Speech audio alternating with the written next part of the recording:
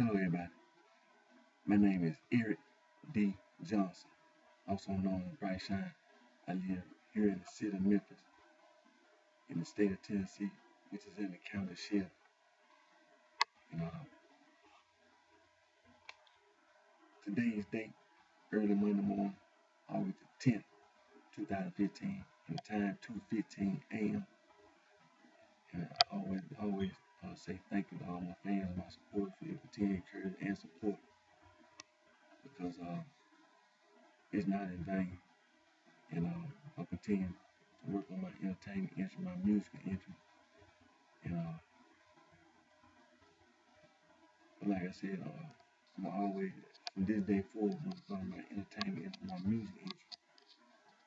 I'm going to consult with and be advised by knowledge Congo professors. And I'm in the process of doing that as of now. And also, I'm going to continue to keep myself employed right here in this area. At this Chef Pattern Madam Service right here. It's in the South Haven area. And I continue to further my education, pursuing my associate's degree at Monroe College online, studying business administration with concentration marketing. And we're going to continue to talk about African traditional religion. And when we study, when we have this talk about African traditional religion, not just my church.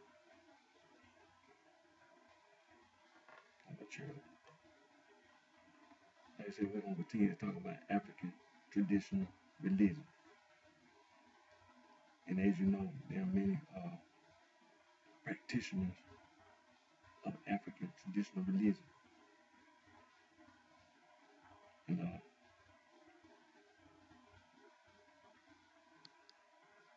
we know that African traditional religion, they have its ways of expressing African traditional religion.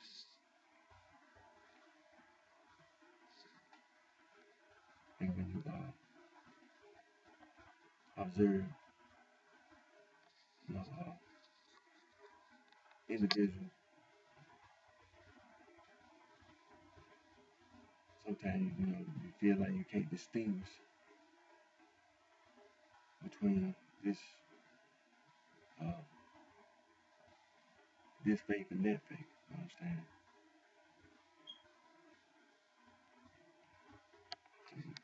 It can be a problem, because sometimes when you see things, you don't understand, you don't comprehend what you see, you don't comprehend what you hear, and basically you don't comprehend what you're sensing. So you have to always be careful not to assume when it comes to African traditional religion.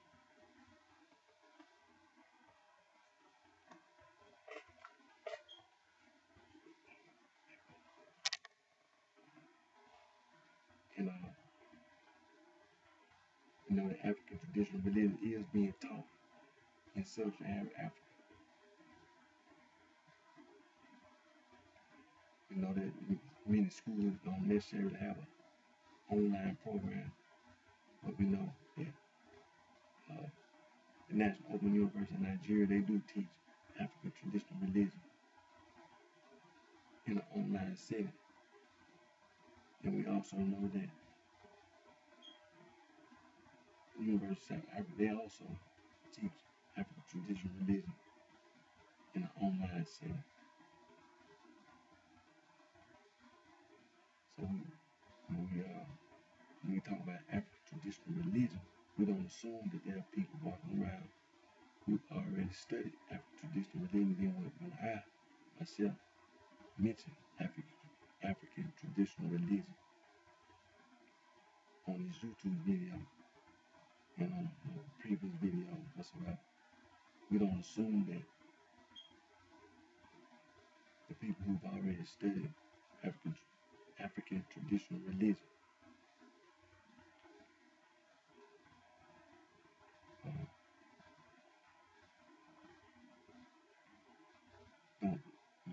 critique,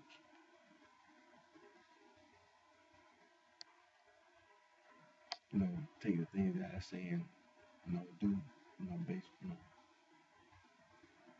and that they don't critique, you know, the material that's on the YouTube video.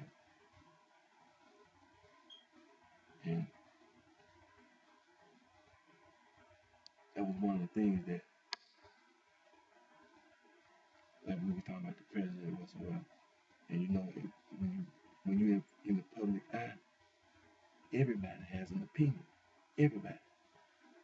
So you're in the public eye. You out there in front of everybody. You in the public, then you go out there and make a speech. You already in the public eye. They take what you wear.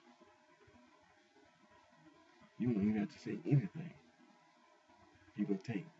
They just observe without you saying anything out your mouth, and they'll critique you based on that, on the observation.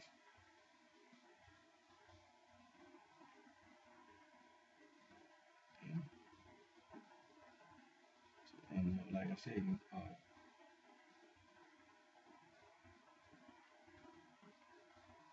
I had to apologize. I had to admit that I had made a mistake because I did something on my own without even, I didn't even attempt to get any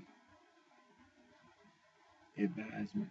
I didn't even attempt to consult with any of the Nigel Congo professor. And when I say Nigel Congo, I specifically said that intentionally for that very reason. Do you expect me to say that I admit that I did something wrong, and then I sit over here in America, then I talk to a professor over here, like at one of these colleges and the university right over here? Because they got college and university right here in the city of Memphis, right here in this county, right here in Shelby County, right here in the state of Tennessee. They have colleges and universities in this area. So anybody that's listening, you don't have to take it that way. Because, like I said, I live right here in the city of Memphis, right here in Shelby County. I live right here in the state of Tennessee. And they do have institutions of higher learning. They have the University of Memphis here, Christian Brothers, University at Rhodes College, Tennessee State, and the University of Tennessee has a campus here. University of Tennessee has a campus here. And there are other online classes. Matter of fact, the Bryan University, they got a campus out here. Yeah. And also, right at the tip of my tongue right now.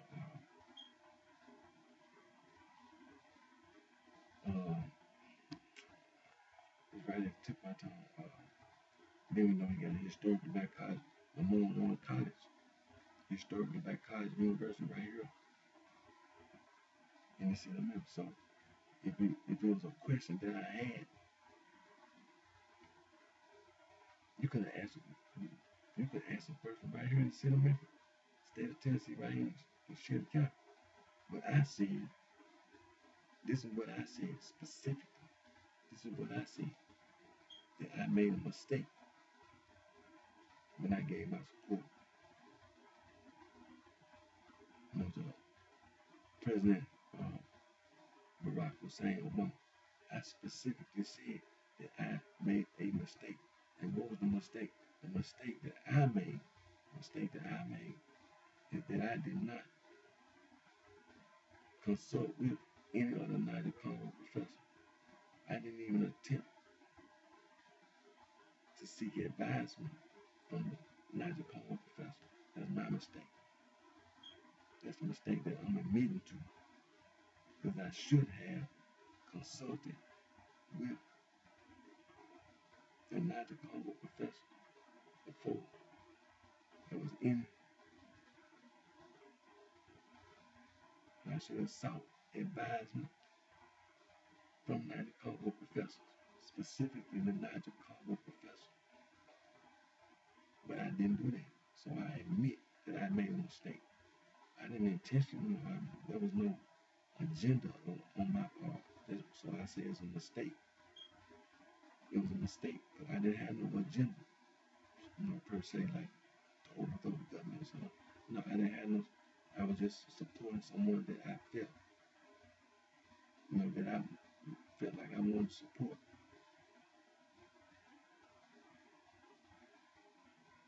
Being,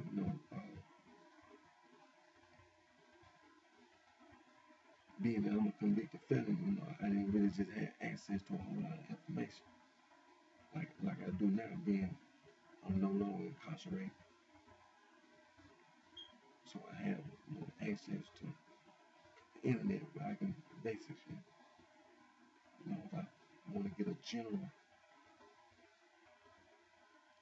definition or general meaning of something, I can go online. You do that when you can go online, you have access to the internet, even though you have not even attended college. You haven't taken out one college course, but you can still get on the internet. So I admitted that I made a mistake. That's what I admit. Now, what other people do, I'm speaking for myself because it was a mistake not to consult with the Nigel Congo professor. It was a mistake that I didn't seek advisement. I didn't intentionally do that. I didn't intend, I knew that the professor was out there, but I intentionally ignored them. You understand? I intentionally ignored the Nigel Congo professor. That's not the case. I didn't do that. I didn't intentionally ignore anybody. It was a mistake. See? That's how you know that it was a mistake. Is when you don't intentionally do something. I didn't. That was not my agenda. Because my mind at that time was focused on just support Barack Hussein Obama. So I didn't have no other agenda, besides supporting President Barack Hussein Obama. I only had one agenda, is to help him be in public office.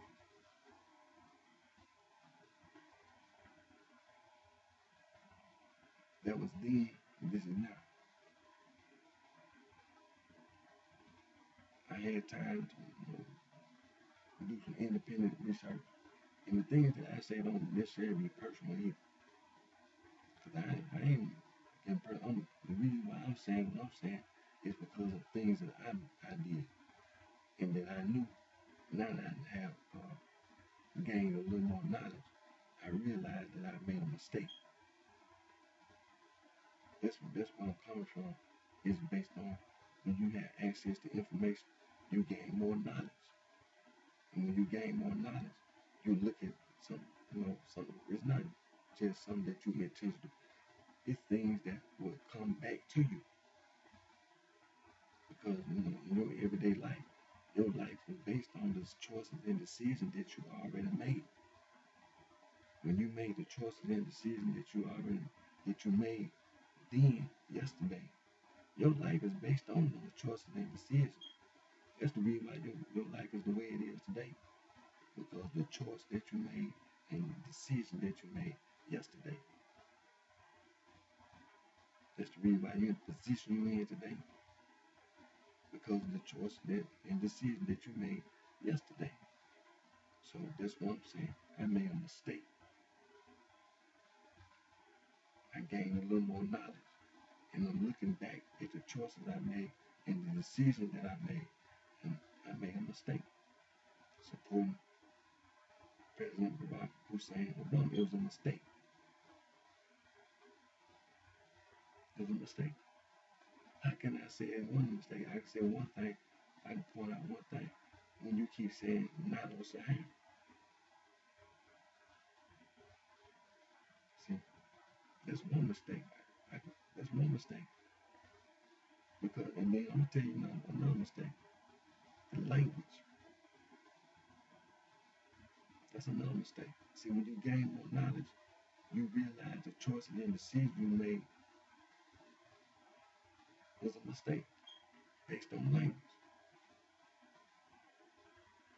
based on culture, religion. It was a mistake. I gained a little more knowledge, and now choices and decisions that I make now is based on the knowledge that I gained.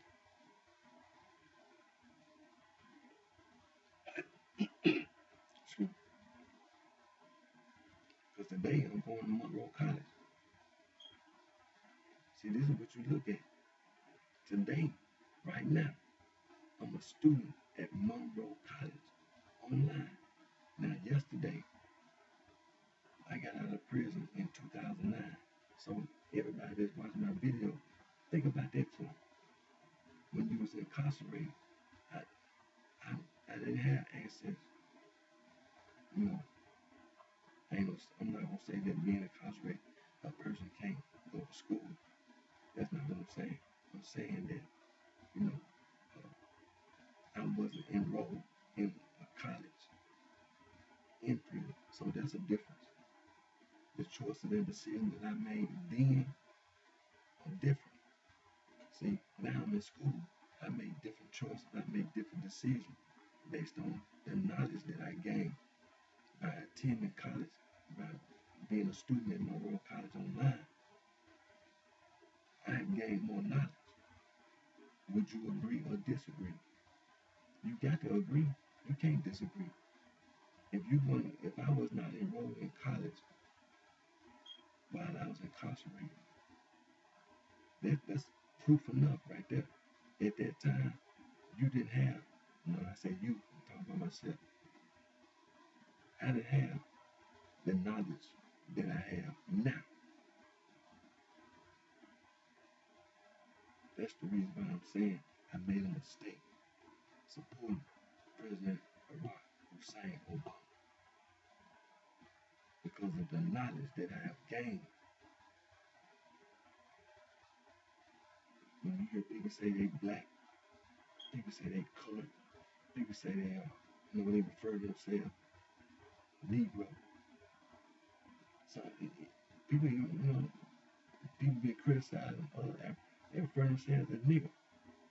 You hear it all the time. Yeah. Even though it's been said that it's wrong for a white person. When I say white person, European, to say that it's wrong for a white person or European person to address me as a nigger. But then I turn around and start using the word myself.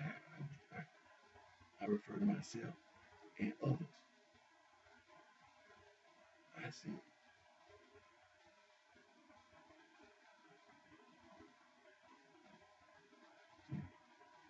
So that's the point that I was making. We refer to ourselves as African. Things is like when you gain more knowledge, then you see how the president got in office. But see, I gained more knowledge. See, at the time, when I was providing all that support,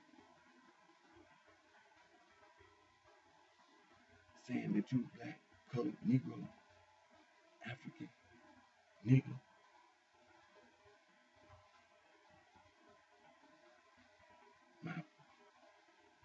my perception was different then than it is now. See, I wouldn't answer to that. And when I see him,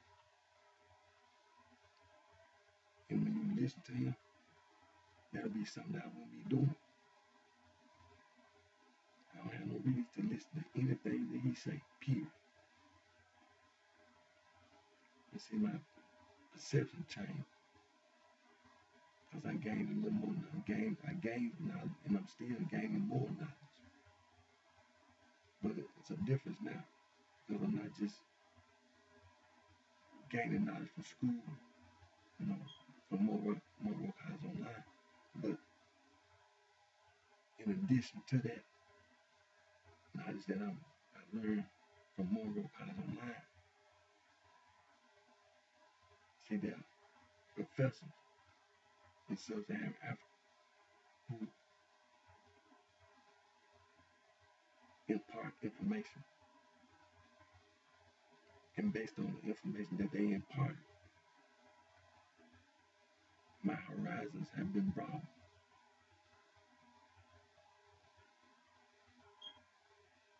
So based on that, I can say I made a mistake. That's the reason why I said I made a mistake supporting President Barack Hussein, because as you know, like I said, I'm a convicted felon, and in this state of Tennessee, I can't vote. If I had to move to another state that does allow convicted felons to vote, even while they're incarcerated, they can cast a vote. They ain't gotta wait till they get out. But if I had to change my residence, my address to a state that allows convicted felons to vote, then I could have voted.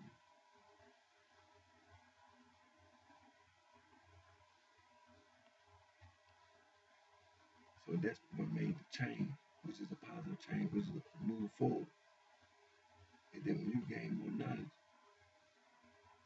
you make choices and decisions based on that knowledge. Because yesterday, you had a certain amount of knowledge, and you made choices and decisions based on that knowledge that you had yesterday. But today, you gain more knowledge, then you're making choices and decisions based on that new knowledge that you just gained. By the time I graduate from Monroe College, all the classes that I took, my perception is gonna be different.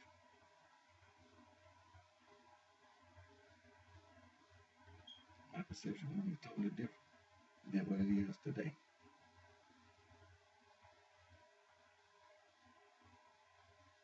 So that's the reason why, people, they have wonder why you won't support President Barack Hussein Obama. And not that I'm sitting around waiting on him to give another speech, but he said when he get out, when his term is up, he's gonna run 2 terms in America. Then he's gonna be out of office. So what he gonna do then? Guess he gonna go on a lecture. Guess he gonna go on a lecture circuit.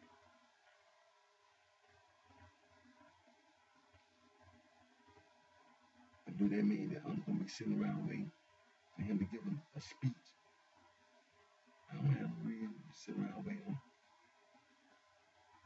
President Barack Hussein Obama to give no speech about anything, about any subject. I don't.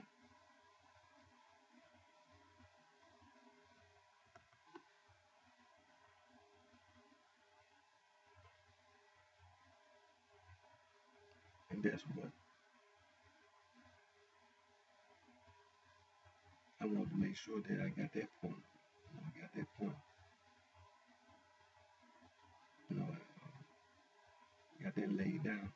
Is that everyone is subject to change their mind. You had that, you had that privilege to have. You can change your mind.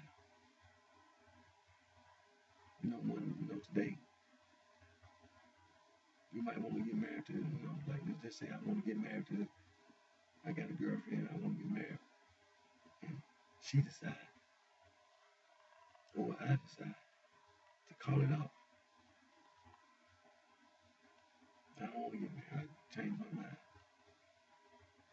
Or she changed her mind. But I don't want to marry you. I changed my mind. That's what I'm saying. I had that privilege to change my mind. You think, I thought one way yesterday, I think another way today, and then by the time tomorrow comes, your mind is subject to change again.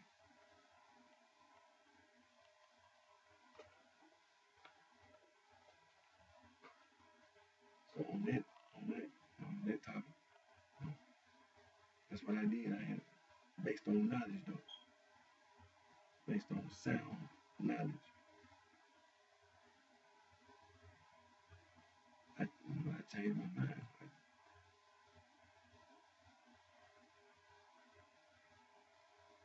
And then before I end this video, it's just one more subject that I want. It's been, as we know, it's been in the news.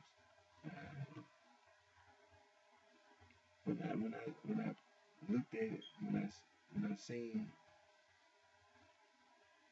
kind of, I didn't understand why a person felt the need to even say something like that. But as you know, it's been in the news. They've been having incidents where white police officers kill a black man or black woman or black child. And the black or African American community has been marching, protesting, trying to get laws changed. It's not just one thing being done. There are people out trying to get laws changed, trying to get laws passed. People are protesting. They're out in the streets protesting. And you hear a lot of people say a lot of things like, no justice, no peace. Or, people might say, like they said during the 60s, during the civil rights, we shall overcome. And then when Dr. Martin Luther King came here, right here, to the city of Memphis, Tennessee, came right here 2 or 3 times. And the last time he came here, as you know, he was assassinated here in the city of Memphis at the Lorraine Motel. But there was a sanitation strike going on, and they had another slogan: I am a man. And then there was during that period of time, another slogan came out: Black Power. Because there were people who, young African American black children, young people, they was out standing up for their rights. And they said Black Power. And then they just said they throw the fist up, Black Power. Then there was another slogan during the 60s. There was a lot of wars going on, the Vietnam War. Peace. Then they got a little peace sign. You understand? They made a little symbol for peace.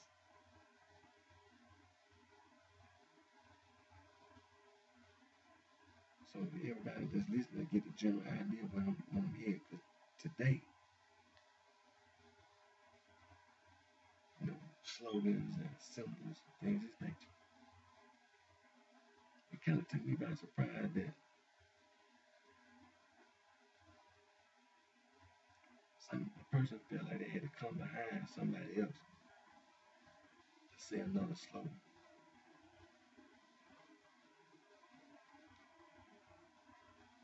And when we think about these slogans and things of this nature, it get people inspired. People be inspired by we shall overcome. They be singing the song, we shall overcome. People be inspired. People be inspired by saying Black Power, because you know what? A lot of white people said white power. They walk around with Confederate flags like they doing now, and also not just a Confederate flag, but them swastikas. They'll be out cutting their hair, the skinhead, cut their head, shave their hair off. And they walk around with swastikas and other symbols.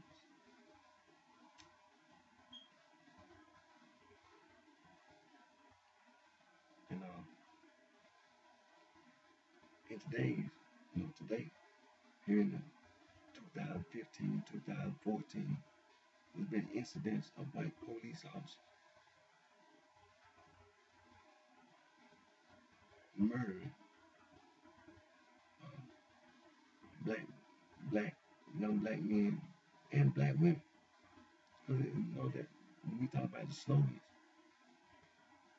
recently they started talking about how the black women, all around this country,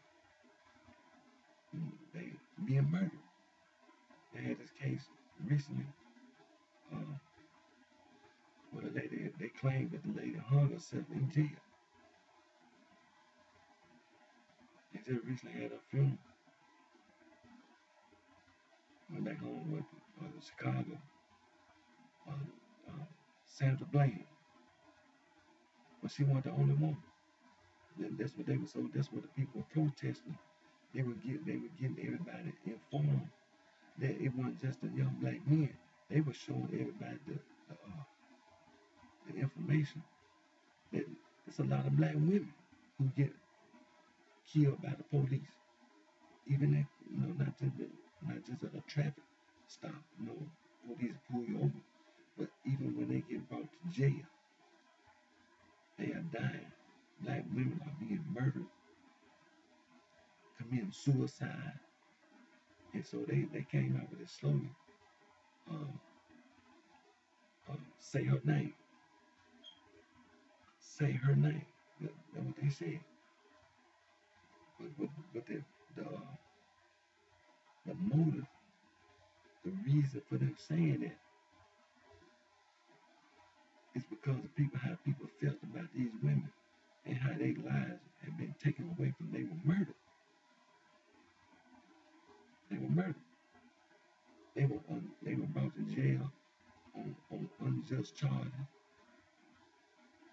And some of the women may have committed suicide. Some may have committed suicide, but the rest of them didn't. The others didn't. They were murdered. But even when you put in a position of being in jail, incarcerated, everybody not the same. And everybody don't handle situation the same. And we already know that mental health has been swept under the rug. So when a person gets brought to jail, it may not even be any records of a person having a mental problem. You understand? Sometimes people don't even get medical treatment for medical, like depression or being hyper. They don't have a medical record because the person may not even sought treatment. Sometimes your own family don't even know you have a mental problem, like being with depression or with being hyper, and then being bipolar. They don't have no records. So if you get pulled over by the police don't have any records to go by on how to handle this individual. And then they get brought to jail, then they end up committing suicide. So they came out with a slogan, say her name, to bring awareness that the black women, African American women, colored women, Negro women are being murdered or dying in custody by the police. Not just the black men, African American men, colored men, Negro men. They were being murdered. And so they came out, some of the protesters came out with a slogan that Black Lives Matter.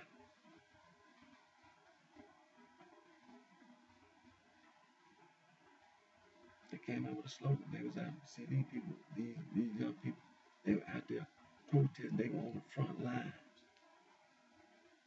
They was out there protesting, getting involved,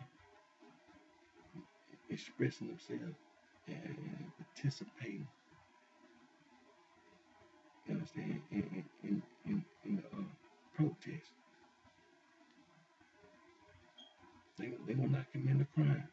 It's not a crime to protest. It's not a crime to demonstrate. Because see, you can file paperwork, you can file, you know, the paper with the local authorities, and you can have a peaceful protest.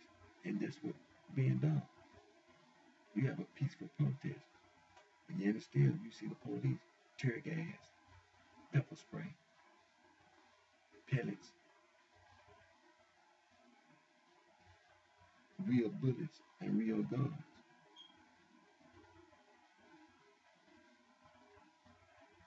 At the peaceful protest. So they came out with a slogan, Black Lives Matter. It didn't have anything to do with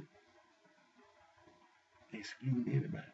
But what was being said is to raise awareness. Is to stop individuals from feeling inferior and walking around as if nobody care about you or anybody else. And so they said Black Lives Matter. Nothing wrong with saying that. What you trying to say? See, that's the expression that be on my face when I hear all lives matter. I'm looking around like, why do you think that's necessary for you to say all lives matter? You think that makes sense? You trying to make sense? You trying to be right? Is that right?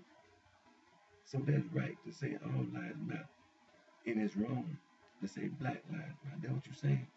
It's wrong. No, that's not wrong.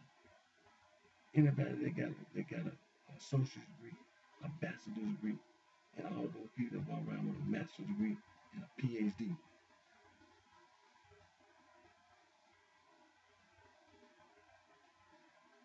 It wasn't necessary for you to say that.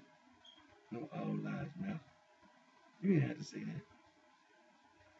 You didn't have to wait for these young people to be out here on the street protesting and saying Black Lives Matter for you to turn around and talk about some all lives matter. That don't make you smart. That don't make you smart at all. I don't have to hear you say that. You implying that I need to hear you say that. That's what you implying. You implying that all those women and men and young people that are out there marching protest, they don't need to hear Black Lives Matter. They need to hear all lives matter. No, they don't. I don't need to hear that. I don't need to hear no white person up on TV talking about no all lives matter. It's nothing wrong with saying Black Lives Matter. We don't people to do anything wrong because it was the intent that was behind it. It was the message that's behind it. See, when you look at all this police brutality, that's the way people being treated by these white police officers. That they like don't even matter. And these young black people saying yes it do. And that Black Lives Matter, that is a person, that's a human being. And that person has rights. That person right there laying on the ground, Mike Brown, he got rights. And all the others, and Sandra Bland, she got rights. That's what they saying. Then nobody insult no white person by saying Black Lives Matter. They didn't say anything derogatory, period, to any white person by saying Black Lives Matter. Nobody said anything derogatory, period, to any white person by saying Black Lives Matter.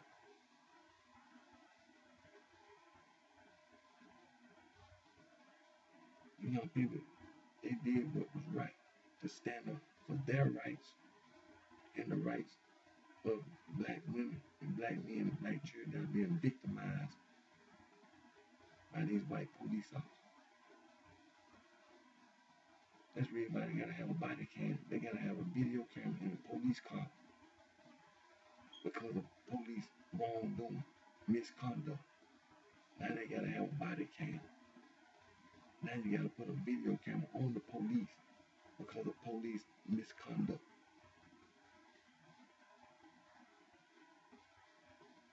It's not that you were doing something right that they gotta keep doing all this.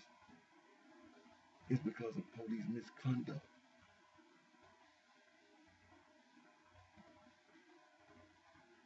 We gotta wear a body cam now. It wasn't enough to put a video camera in the police car. That wasn't enough. Yeah, they still violating the law. Now you gotta put a video or body cam on the police. You know what's gonna be next? They're gonna have that. You see that they got these drones. You're gonna actually have to have a drone flying around with a camera to follow the police around. I see it coming. I see it coming because it's not enough. The body cam won't be enough. So you might well get prepared. The taxpayers might well get prepared. Because the police gonna keep on doing wrongdoing. They're gonna keep on doing wrong. Because the court, every time you see somebody coming to the court of law, they don't never get convicted. That's the reason why you hear Black Lives Matter.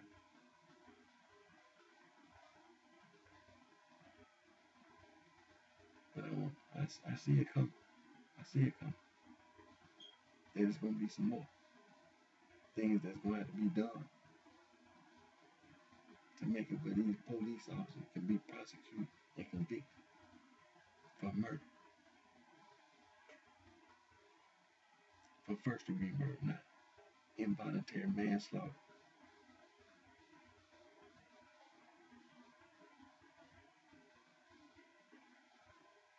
But first degree murder, premeditated murder.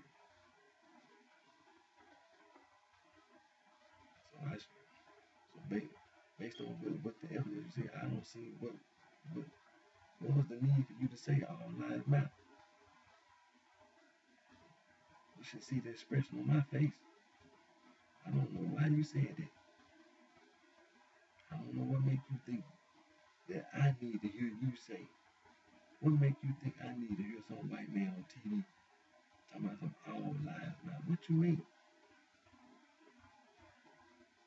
What makes you think that's necessary? It's not necessary for you to say that. It wasn't necessary at all. Those young people didn't do anything wrong by saying Black Lives Matter.